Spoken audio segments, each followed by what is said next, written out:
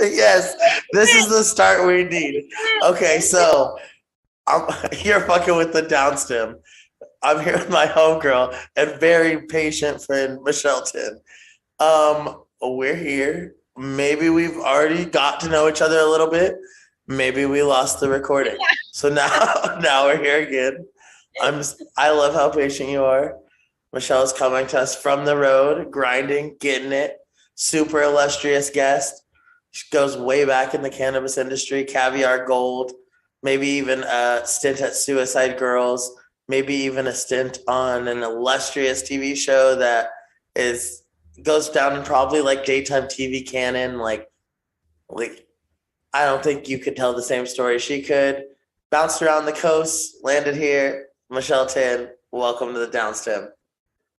I'm back, baby. Well, if I learned anything in the last, I'm gonna say 10. She's gonna say 40 minutes. It's that you're resilient. Um,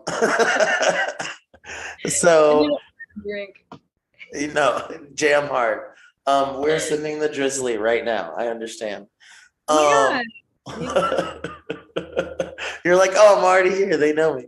How are things with you? You just started at Cam, new spot. Cam is going very good. But it's always nice to see people jump to new brands and be like, hey, I'm getting treated as I should be getting treated over here. She's a queen. That's my first woman-owned company. I should have worked for a woman sooner, but there's not too many women bosses in the industry, unfortunately. At all? No. She's like one of the few women of color owned indoor grows that can grow. Oh shit. Quality. Shout out Cam, right? Cam is your brand. Cam, Anna, yeah.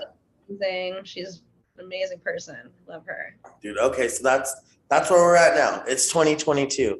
We got to go back. You got to take me back. I won't go all the way back because that might be, we don't have like a 3-part episode and you're already like, oh, I told you this once. But but let's go back. Let's go back to born and raised Chicago, Midwest. You decide, you know what, I'm modeling, I'm killing it, and you get into music videos. I became a Suicide Girl at 19, and that's when I started doing music videos. I would travel to New York to go do like Inked magazine. I've been published in them like a couple times. Oh shit! Okay. Yeah, magazines, music videos, and TV or what I did. I was a background actor on Empire, and I was in the pilot and a couple different episodes. That's sick. So just grinding it out. What made you jump into that? What made you be like, fuck it, I'm going the TV route? Just natural progression of things? Yeah, like I was a model, and I think the opportunity just came because I was living in Chicago, and that's where Empire was being filmed at. Okay. So I just got that opportunity from there. Did that come after shooting music videos? Like that's post, like I know you did like some Twista videos, some Big Draco videos, like talk your shit. It was like the same time period. Okay, cool. So like one kind of led into the other. It's Chicago, so I don't like not to shit on the Midwest, not just I'm ignorant to it, but like was weed like a thing out there? Was weed like poppin'? Was like the weed was mega illegal. The first time I ever smoked, I was 15 and I bought a gram for $40 because I had no fucking idea what the fuck I was doing. No, they got you like that? I did. I was a child. I had no idea. So I got fucking hit. You got weed at school or like on the block? You just went out and got it from your friend's older brother? Me and my friend bought it from a guy that was hanging in a tree. He literally flipped upside down, gave us our gram for $40, and then flipped back up into the tree. Dude, he was getting it. Like hella weird shit back in the day. That is so hilarious. That's a unique story. Okay, so you're doing music videos. We're fast forwarding 15, 19. Now we're doing music videos at Empire. You're kind of getting in that vibe.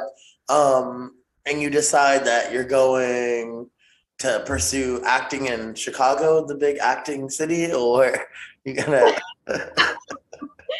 I mean, like, I was just doing background work because, like, I was young and I wasn't very confident when I was younger. And then I was doing music videos a lot, so I was just like twerking, and that's how I met my ex-boyfriend.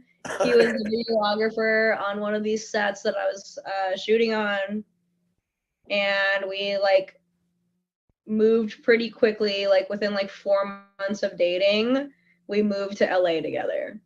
All right, so you're like, hey, I found that partner to push me to just be like, fuck it, let's go then, fuck it. Yeah. So we're going. So you guys are out. You guys pick LA over New York. Who wouldn't?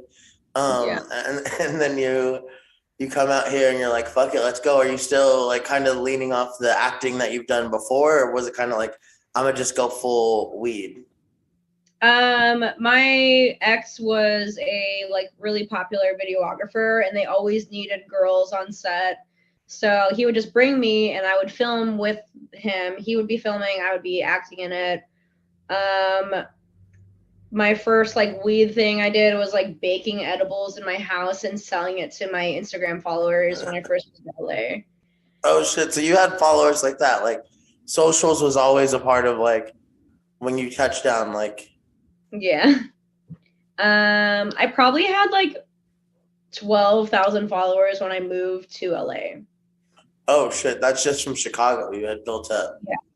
Because I was a suicide girl, I was the only Asian one for like years. Oh shit! So they had kind of like Popular back in the day, like that was big. no, that shit was huge. That shit was an era. Like Yeah. like that was Suicide Girls was almost as mainstream as it gets. You know, like it was kind of like as like it probably got erased from the internet for like copyright laws and shit today, but like now like it in that era it was a thing. And also that's 2014 13 14 you're talking about Yeah. like who had 10,000 followers. There wasn't even people with there wasn't even 20,000 people on IG yet. Like, you know what I'm saying? Like I was like on IG as soon as it came on, and like I've always been like oh shit, okay. something, you know, like Some Ugly Blonde was one of my first accounts. I was originally Some Ugly Bitch, but I got deleted for that. How many times have you been deleted? Quick side story. 10 times at the beginning because I had a bully that kept deleting me. Haters. That's No. I can't even. I would like to stop at every stop of your journey and be like, "Hi, can we talk about the haters? Like, can we talk about just like that's crazy. I can't even. We don't have even enough time. But do you? So you come to California. You got 10K followers plus. You're grinding. Now you're slinging edibles. You're still in that game. So you're monetizing that 10K plus, like they say, instantly, right? You're just like, fuck it, I gotta go. Yeah, I had no friends or anything when I first moved to LA. I just had Instagram people. My first friend I met in LA, he was one of my followers, and he told me to come to a party, and that's how I kind of just like started out, was like being friends with a bunch of hooligans. Like, you know, as a fucking kid, I was just being bad, you know, like breaking into warehouses, having parties and shit. Fuck it, you're 25, you're not from here, you're gonna do the whole, you know. We're even younger than that. You're saying you're like 22. You're coming to LA. You're meeting just random people off the internet, and like this is what you think it is. So fuck it. Like, why not? Right, and like that was like my Caviar Gold era, like 22, 23.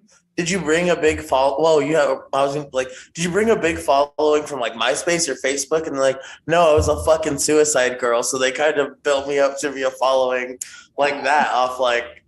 That's okay. So that instantly catapults you. Okay, so I think I was cool on MySpace. Secret.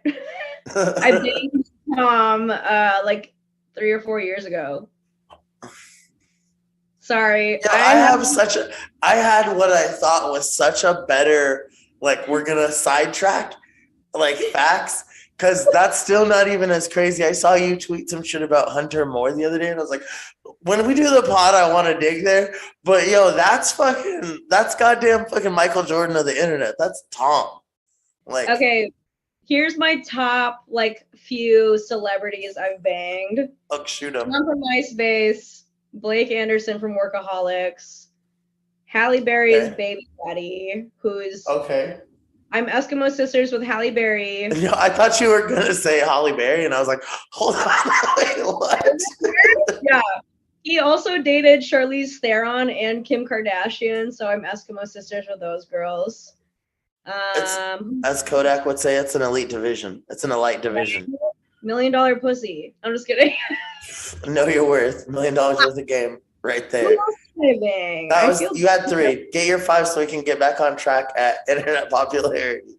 I think that's it. Honestly, Okay, you know, like that's it. You know what? You're probably at this point giving whoever those other 2 were more shine if you can't remember them than they, you know. So you start plotting on Tom. You get popular. You move over with Suicide Girls to Tom give me 1 million followers. Instagram. So you move to Instagram. You're on to Zuck, and you're like, all right, cool, shit. I'm over here on IG. I'm early. You're monetizing that into weed, and you're like, shit, I'm doing edibles and fuck it.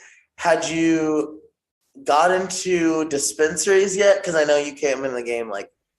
I think we both came in through. I mean, I know I think we both, but I think you came through the bud tender path, like all the rest of the greats, like the rest of Mount Rushmore of weed. It was probably 2014 or 2015 when I started doing bud tending. I think it was 2014. Okay, sick. What was your first shop? Green Kiss, in North Hollywood on Vineland Avenue. Back in the day, OG. Okay, all right, you were out there grinding. All right, tight. So you get into the shop side, and now you're like, was it? Because I know people are like, sometimes I get paid at the music videos, sometimes I get paid in relationships, which is hella worth it, as you know, we both can attest. But was it like, all right, now I'm in the shops, let me at least get this under the table paycheck like it used to be, and grind it out, or were you still like, let me work in the day and then go hit the video shoots at night? Yeah, I would do both. During that era, I think I really can't remember what videos I was doing. I know I was working with Twista and stuff a lot. Oh, I was working with Fredo Santana. Okay, damn. Rest in peace, Fredo. Yeah, I know Chief Keef. He's a funny guy. We were filming a lot here. Damn, shout out Sosa. All right, we see you. Yeah, he's a funny dude like him. Yeah. That's tight. And you had the fire weed, so you're like, all right, bet. Like, I can pull up. Right. Yeah. Like, after my first bud tending job, I was with Caviar Gold for a few years, and we would go do music videos. Like, we were with Soulja Boy. Caviar Gold was also an era ahead of its time, you know, like everybody knew a Caviar Gold girl, or like was like, oh shit, no, they're popping. Like they got the fire booth at Cannabis Cup this year. We see it. Like, yeah, we always had like a cool ass booth. We would do the Stone Gamer events, like blah blah blah. I was the poster model for the Cavi Taffy poster that was like in every dispensary in California. For sure, every dispensary on the door in the little man trap. Yeah, and it was me butt naked on a fucking poster. But at that point, you were like, "Fuck it! Like I'm out here. They know me. They already know me. I'm out here." I've been naked on the internet before people were naked on the internet. That's crazy. I know one time you were saying that you were like one of the first people monetizing Snapchat. You were like, yeah, I've been getting internet money. Like, literally, yeah, I was one of the first people on Snapchat doing that stuff. That's why I was on Jerry Springer. I was the first person on Jerry Springer for Snapchat. That's fucking segue. That's a segue. Like, were you just like straight up just selling subscriptions? Like, yo, you can get my private Snap, or were you like selling bundles, or like what was your move? My first move was a $20 holo. It was 3 pictures in a video. That's everyone sick. Could do it. Yeah.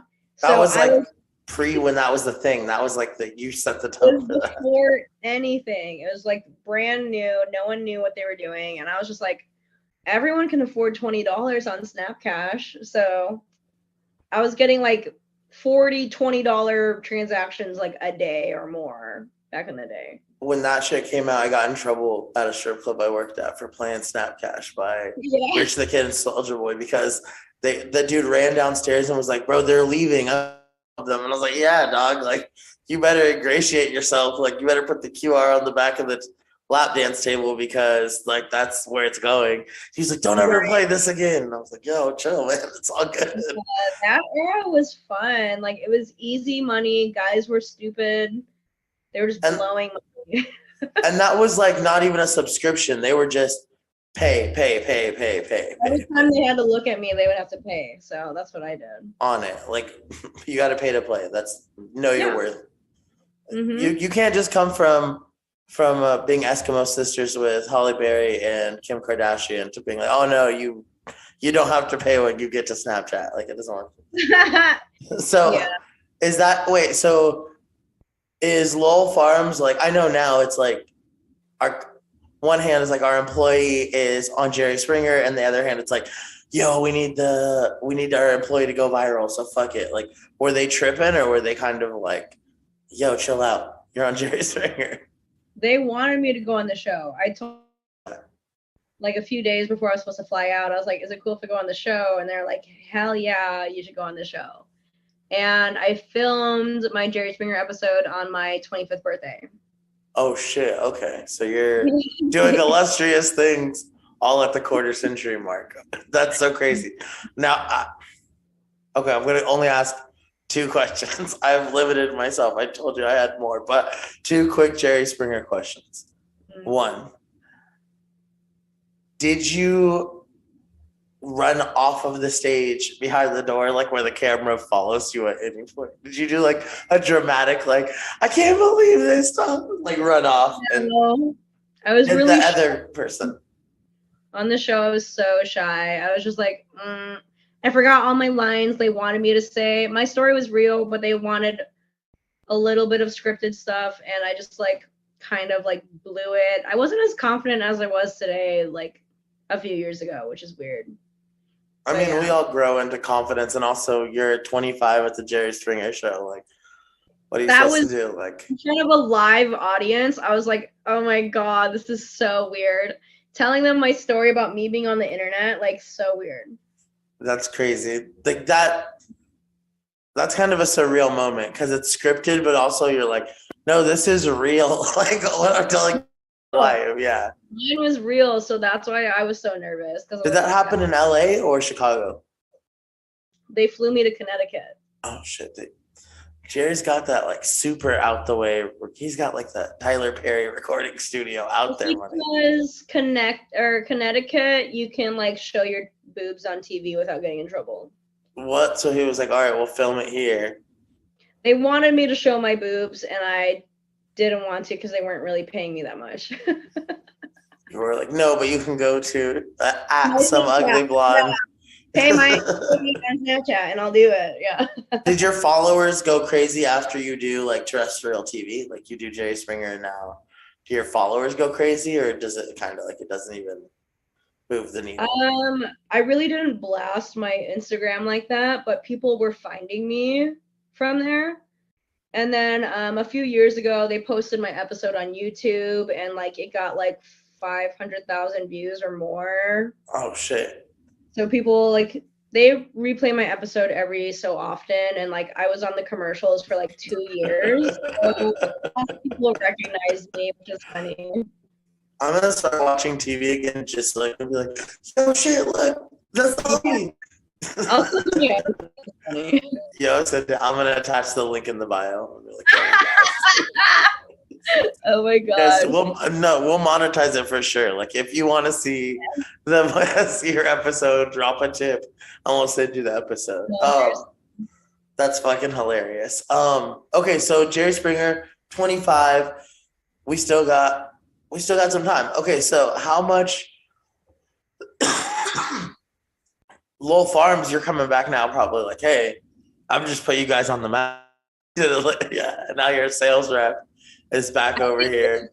I gifted Jerry a pack of our joints. Okay. Yeah. That's crazy. And when I was with Lowell, I think I was like one of their top sellers. That was my first actual sales position. and I got them into like 30 stores in like 2 months before 2018, like back in like medical-ish days when we were starting to transition into legal. So that was pretty cool. So it might have got missed. It probably did get missed. So sorry to hit a sore subject. And the first time we started talking, what was your difference in confidence level going from brass knuckles to Lowell Farms, where you're like, nah, you guys need my prepackaged cardboard box around the glass 8. You don't know you need it yet, but you're gonna have to have it. It's kind of gonna be a thing. It was heavy hitters, but you know, I was 21. I was 21, 22, and I was just really, really nervous when I was like that young versus 24, 25 with Lowell. I was a little bit more confident in the product, and like I had a little bit more education and training on that. And I just developed my personality that way. You know, like I'm not like a pushy sales rep. I'm super laid back. And then like when I started going to stores and just like acting chill as fuck, people wanted to buy from me because I wasn't really pressuring them. They were like, she's normal, so we're gonna buy. And I was like, okay, cool, you know? No, I can attest to that. That's definitely right. I followed you on Instagram, and that's how I got you to buy my shit.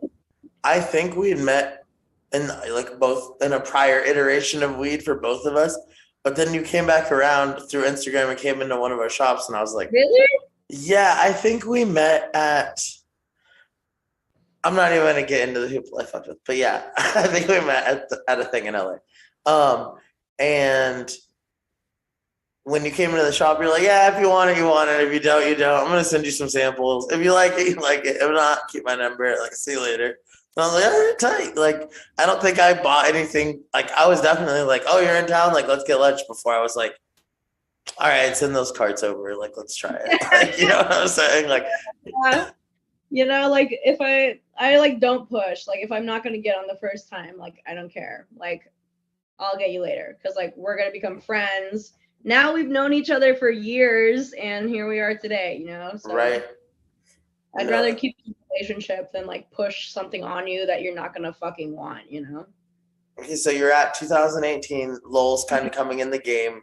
They're like, hey, Michelle, help us out. You're like, I got you. So you're now kind of like transitioning through that. Did you see yourself like staying in sales, or were you kind of looking back at being like, oh, I want to go do more entertainment stuff or more content stuff? Or I was doing like music videos and stuff until probably like 26, maybe 27. But after Lowell, I was with Select, and that's when I started like pushing more for sales. I wanted to do sales so bad because I love being able to interact with people, and like I knew it was going to be good money, but like back in the day, like there wasn't a structure for commission yet or anything. So was that the first place that really like introduced you to like a sales kind of corporate structure? Was Select above Lowell? Like they kind of took that jump where they were like, hey, we're because they were more structured and more corporate-y, and they kind of like made me more of an aggressive salesperson, but like at the same time I still kept my cool. But like I know now how to like push like 40 SKUs at once without sounding like I'm forcing you to, but you're still gonna buy it. Goddamn. Yeah. Fucking shooter. Select was hella sharky, but they taught me a lot. They didn't pay me that good, but I still like got the experience, got the contacts. So let me ask you, what's that like? Like, and I'm obviously coming from like the point of, I'm pretty sure every Chad in this company, every Chad in this industry has an easier financial path than any person of color. And then I'm going to put on top of that, any woman of color. Like, what was that path of being like, nah, hold up. Y'all ain't cutting the check. Like, I'm fucking Kobe over here. What was that kind of like feeling like? I mean, It was shitty because for the first 6 months at Select, I was doing half my boss's sales, and he didn't tell anyone that I was doing any sales. And I had to call the CEO one day, and I was like, do you know what the fuck I do here? I fucking sell. And with Select, I try to become a real salesperson. I kept asking because I was doing a lot. I was doing like 250,000 a month in sales back in like 2018, 19 almost. You're like, hey, I'm kind of how we're getting that valuation you guys are trying to get. It's because I'm out here hitting the pavement. And my director was a white man, and he said, no way. He said that I couldn't do sales because I was a woman. And I was like, okay. So right after he said that, I quit. And they lost all their accounts. Common theme. You left and the client came with you. Okay, so you just left there. Did you know what you were going to do? Or were you like, fuck it, I know that I'm getting undervalued here? That's when I got poached by Genius. Genius. Okay. That's how you showed up at my first store with your sales rep. Yeah. Shout out your sales rep. I just wasn't responding to the email. You showed up in person like, yo, what the fuck? We email you every day and you're like, yeah, no, we're good. Not a lot of people are good at pushing, and like, you know, like emails fucking suck. So you have to show up in person and like be cool and like just do it, you know? All while somebody else is like being like, yeah, no, I sent the email, and then Michelle actually went to the spot and closed the store, but didn't actually. But now, you know, I heard somebody had a corporate job. I'm gonna have her on here. I'm not gonna say her name just because of how corporate her shit is. But at the company she was at the time, I watched her say to one of her bosses in a conference call, she was like, hey, do you know how your paycheck makes it to you? It's because of me. Like, if I don't hit my shit, they're going to find out that you don't hit any of your shit. So chill out. And I was like, yo, like from that day on, I was always like, yo, be cognizant of how the fucking wheel turns and how like everything flows to you and like how your coworkers take care of you and make it all run smooth. Because there's people. It starts with the brand ambassador and the sales rep. Like that person talking to the bartender and that person being like the face of your company that you just send out there is also like the person that knows every single bartender. They might not even fuck with your product, but they fuck with that rep and that brand ambassador, and they're gonna be like, you know what? They're here to do a PAD today. We're gonna push those. That's the homie. That's really it. That's like the backbone. Yeah, relationships and our community is all cannabis really is. Like, without the community, you're not gonna do good. Dude, it seems so simple, and so many people come into the game and are like, yeah, in the beginning I got into cannabis in the beginning in 2019. So I've really been here, and you're like, oh, cool, yeah. If you think you're gonna do what I do or know who I know, good luck. All your millions of dollars don't mean shit if no one fucking likes you. That should be a clip right there. Like what the fuck? Yeah. That's an Instagram clip right there. All your millions of dollars don't mean shit if no one likes you. Hell no. Like, there's so many stupid, like, Chad-backed brands that the entire industry doesn't fuck with. And, like, you could have all this money, you could try and pay your way up, but, like, if no one fucks with you, your product's not going to move. What do you think?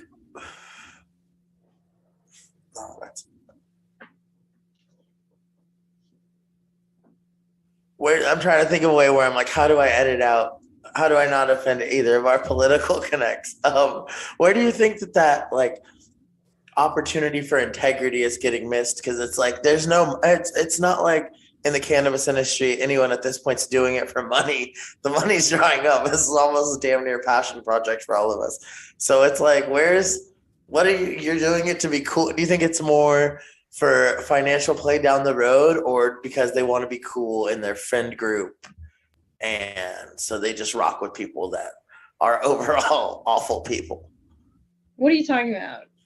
No, okay, let me read. Do you think people like today don't choose that integrity to be like, Like some people do fuck with those brands where people are like, oh, I don't. The most of the industry doesn't fuck with you, but some people are like, oh, I do want to keep that connect there. I do want to not worry about burning bridges. Like let's go back and say, here's two things right there. Like that jump from Select. When you jumped from Select, you were like, hey, I don't care, fuck it, fuck Select. I'm not turning back there, you know. But some people are like, well, I want to keep that in case the sales director from there moves over down the road and now I see them at brand X and I need that job again. And it's like, no, those people have the same morals they had at quote Select. Like it doesn't change, you know? Like, but do you think that that's more like playing politics, or do you think that's more like it's the only way you eat? Honestly, like all the shitheads that were at that company, they never did better than me and the ones that were really genuine at that company. Talk that shit. People remember the way you treat them. And all the people that were really douchey and like stuck up, they didn't do well. And like all of us that were hard workers, honestly, all the women that were at Select, we all did better when we left Select. It's a crazy roster. I mean, you'd know, I don't want to leave anyone off, but like that's like the tree of women that left Select that are now power heads in the industry. You're like, oh shit, you were over there? Yeah. Oh shit. It's like how do you let that slip away? The CEO's like assistant is now the head buyer at High Times. Shout out Austin. That's you gang. Know Austin? Austin's that's my gang. Girl. That's gang. Shout out Austin. Shout out. I wasn't about to say nobody like that, but once you were like, all right, I'm like, oh, shout out Austin for sure. My fucking girl. I love her. Like we never lost contact after Select. It's been 4 years and like we're still like really tight homies. She's doing so good. Like when she was first getting the position at High Times, she called me and she was like, should I take High Times or this other company? And I was like, go to High Times, girl. Like where the money's at. And now she's killing it. She's so happy there. Congrats. That's shout out Austin. Yeah. So like another slipped away person from Select. Yeah. so like at that point again, now you're still not doing, because I don't know if we talked about it, but I know you're just coming back to do some stuff with Black Market Vikings and their show coming to Bravo. But were you still like looking to go entertainment, or were you still just like, fuck it, I'm gonna use my followers? Because at some point your followers turn more into like they're invested in you, and then as less of like you cultivating them, they're like, we gotta see where she goes now. So were you still looking for entertainment, or were you like, fuck it, I'm all in on this weed? As I got older, I wanted to like be taken more seriously. So like I stopped doing Snapchat, I stopped modeling, I stopped doing music videos, and like I just focused on my career for like a couple years, and now like full circle. Now I'm starting to act with CJ. We have our show on Bravo starting to film this month. Hilarious skits. Hilarious. He's the one that writes it all. Like I don't have any input. He made me say all that funny shit. So he's that funny. Shit's gold. That shit's fucking all comedy gold. He's super funny. So like I just follow what he tells me to say, and like when we're filming, he coaches me through the whole thing because I'm a fucking horrible actor. Somehow I made the cut for Bravo, and I'm like, okay, let's do it. No, that's so tight. Yeah. I'm super excited to see that because like you get to like, sales are sales, but being creative isn't something like we all get to do. And when you don't get to do content, you're like, all right, that's tight. Like I'm gonna shine on this shit. There's like the cannabis culture is changing so much into so corporate. Like it's not fun anymore, and it's super weird. Like, you know, it's like it's becoming just like a straight business when it used to be just a community, and like we were all just selling fucking weed and living it up. And now it's boring. No, for sure. No one has a personality anymore. It's like sales robots everywhere. Like, I don't know. That's so scary. Like you put it like that, it hit me in the middle of this joint. Like, damn, it is just sales robots out there. Like that's why we're doing this. Like it's So Where many else? sales reps like are gimmicky, like not genuine people, like not having real connections. And it's like we're working with these people for like years. So it's like, why don't you want to like be real with them? 100%. Super weird. I hate But it. because they didn't like cultivate relationships, they just came in and got a sales deck and Yeah. got, you know, a Rolodex of clients that they had to start going and checking on. And it's Yeah. like, nah, like, but I think it's kind of coming back to the point where we all went away from our individual identity and started pushing like, hey, we're using the internet, we're using Instagram, we're using social media to like push what we're doing. And now it's kind of like we all have an opportunity where you're like, I'm going to go back and re-explore Michelle via being on a Bravo show and creating this way. And I'm like, hey, I'm going to have all my friends come on and tell like their story on the pod, because we're going to move into like this next generation of stuff that Colgate's going to buy this chain of dispensaries and no one's ever going to know who we were, you Dude, know? yeah. So Next year's gonna be scary because a lot of smaller brands are falling off, smaller farmers are falling off, smaller dispensaries are falling off. A lot of people closed down this year because they can't keep up. it's So insane. next year It's is gonna be a different ball game. Where do you think the future is for personalities in the cannabis industry? Because you're bigger than just Michelle at Cam. You're Michelle, you know. I don't know because there's not a lot of them, which is weird. But I think these kind of people that are more genuine and like people that are in the community are important, and we shouldn't be phased out just because like a corporate agenda is on the line. Like you still need to have the community's touch. And that's what my last company didn't understand. They didn't think that I was like corporate enough. And I'm like, I'm not corporate. I'm from the community. I'm from back in the day. I've known these people for years, and I'm not going to change who I am to sell your product because I can sell your product better as who I am. That's the You reason know? I'm your number one sales rep. Yeah, like That's what literally. I'm doing for you. I make people laugh and like, you know. That's.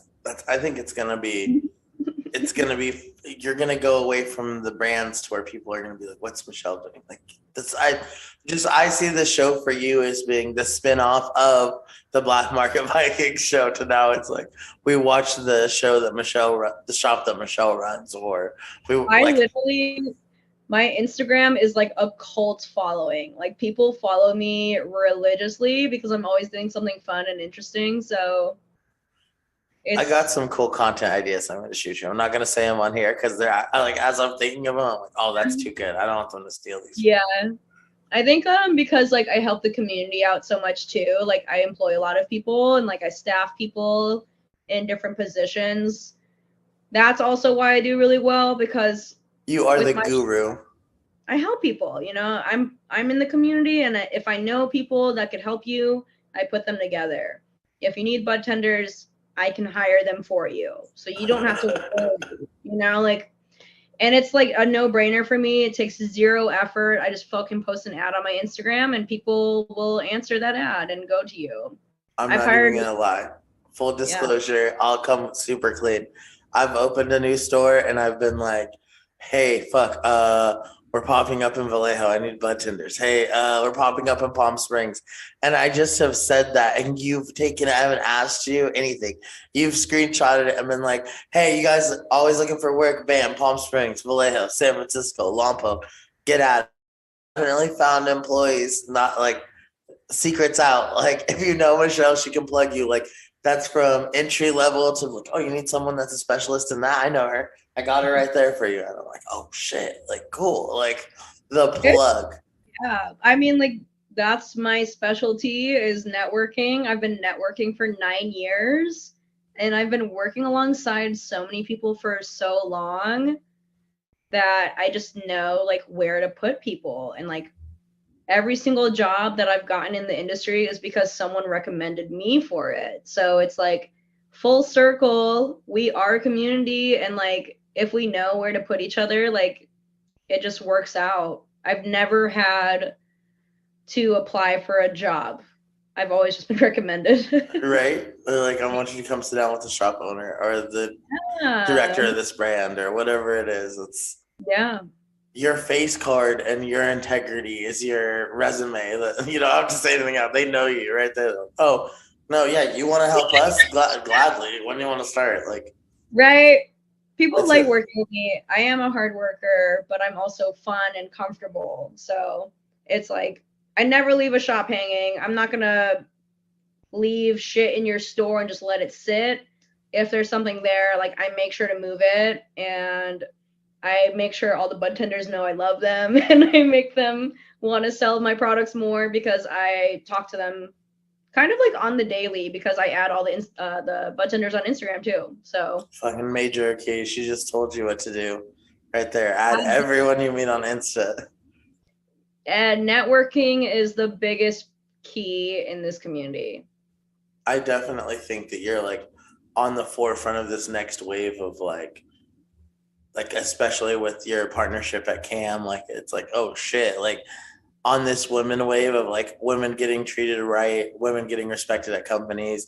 Like it doesn't work unless everybody gets, unless like we're all promoting you to positions of to make a difference back down the ladder. It doesn't work, you know? And so I think that like that's the next wave. And it's like finally like people like yourself and like other homies like are carving their own lane that are like, it's you know, like shout out to Steph at Who Has It. Like people are just carving out their own lane and being like, no, we're gonna do it. You can't stop us. We'll do what we want, and we'll partner with people that have like-minded ideas and that respect my. What are we at now? 10 plus years in the industry. Like you have a decade in the game. Like to go back to that guy at Select, like you would. Like you dwarfed what you did there, you know. It's like my dick, bro. Like, looking to eat my dick all the way. Eat it from the back. Like, just fuck out of here, bro. Most like, disrespectful way. Yeah. You know, like that word, like that comment he made me, like he gave me, was my fuel for being better. He said I couldn't do it because I was a woman. And I've done it and done it better than most men in my field. So numbers don't lie. That's just put up the scoreboard. Like if you feel like you move more units, put up the scoreboard. Right. Last year I sold 6.5 million, and not a lot of guys would do that. Talk that heavy talk. Like hold on, yeah. hold on. You just dropped 6 M's on him like that. Like. Yeah. There's some people at different brands that be talking like, oh, I moved numbers. Sometimes I wake up and feel like I moved numbers. You're like, no, hold on. I did 6 million in sales for y'all last year. Like, come correct. I'm a mover. I can sell anything. Hold on. Like, so that's at 6 million at a former company? Yeah. How do they let you go? Okay, wait. Sorry. How do they? Sorry. Y'all fucked up. We don't know who you were, but we know who you were. But y'all fucked up because that's like LeBron, like being like, oh yeah, I'll go. I can give you 40. You don't want to draft me? Okay, all right. Well, I guess I'll just go win over here then, because I'm not gonna lose. Right. That's just the fucking industry, you know. I've been fucked by every company I've worked for, and it's a small L for me, but it's a big L for them because I am in the community and they fuck with me more than they fuck with any brand I've ever worked with. Facts. So, big facts. And you've been around longer than the longevity of any of those brands. They haven't even been as long as I have, and I've been around the whole statewide connections. Everybody knows me. And top to bottom. You touched on it. That you said you've been fucking brand, and when I saw that tweet, I saw like, or not that tweet, you posted it on like your story, and I mean everyone, even I jumped in. I was like, bro, for real, like to some level or another, like, and so that one definitely ruffled some feathers. Like, what like you posted that? did you expect, one, the backlash you were gonna get, and two, did you expect the support of the overall community being like, yo, spill the tea, tell us what's up? Like, I mean, like, I never said a company. I just said every company, don't get in your feelings. I was just curious how many people have been fucked over by a company on payment, and it's literally been everybody. And like, I don't know why it's such a normal thing in our industry to fuck your workers that are doing everything on the ground for you, but every company does it. They think that their workers are disposable. Every company thinks their like employees are disposable. The amount of support I got though was insane because I got like 50 different brands wanting me to work for them. I was getting phone calls, DMs, emails, like people were begging me to come work for them because they knew who I was. Yeah. And like people were suggesting me to go work at all these places, and like I was just getting so many different requests, which was crazy. And it was really hard for me to actually pick what company, but like I think I fit the best with Cam. When I first met her, we just clicked. I was like, you're a boss bitch, I'm a boss bitch. I was like, let's fucking work. Shout out Cam. What's the owner's name again? Anna. Shout out Anna at Cam. Where are they based out of? Sacramento. Oh shit. All right. Okay. So NorCal, like you're up there, your base is close by, or all right, you guys are doing a lot of cool projects are coming out of Sacramento. That's cool. I've heard a lot of good things. Anna started in Colorado. She is an OG grower from 2009. She owned 2 dispensaries in Colorado, sold those dispensaries to open her grow in Sac, and she helped Connected set up their grow in Sac. She was the first person to help them out. And then she made her own thing. And then Cam has only been a brand since 2019, but they first debuted in all the cookie stores. Oh, that's a big push. It doesn't hurt. Yeah, so that's how she got her name and her launch. Like, she did it right. She's always done it good. All of her product is amazing. And like, I can back like a boss bitch that has her shit together, because that's me too. And I'm so glad I get to be on her team. I've only been in the field with her 6 days, and I've already closed 15 stores. Oh shit. I'm sure the level of her appreciation where she's like, oh shit, she came and put numbers, like you got traded to a new team and went out and dropped 30 in your first game. Like, don't trip. Like, major leagues. Like, I'm one of like the fucking like best players in the game, so it's cool. No, talk that shit for real. Talk that shit for real. Looking cool. I love it. No, that's what's up, dude. Well, I'm glad you took some time to help me redo this one. Like, thank you. I appreciate you. I feel like there's some stuff I want to go back. I just want to go back to like just the beginning one day. So we're gonna go again. No, I'm kidding. But I mean, shit, I ain't doing nothing. We missed so many details. I feel like you lived like 100 lives, and I'm glad we got to hear about like 6 of them today. So thanks. Your Instagram, I'm sure everybody already knows it. Some Ugly Blonde right now. Now he switches to Some Ugly Babe. Ugly Babe. We're back to Some Ugly Babe. Follow her. Follow me if you came for her. Thank you for watching the pod. Thanks for fucking with the downstem. Later.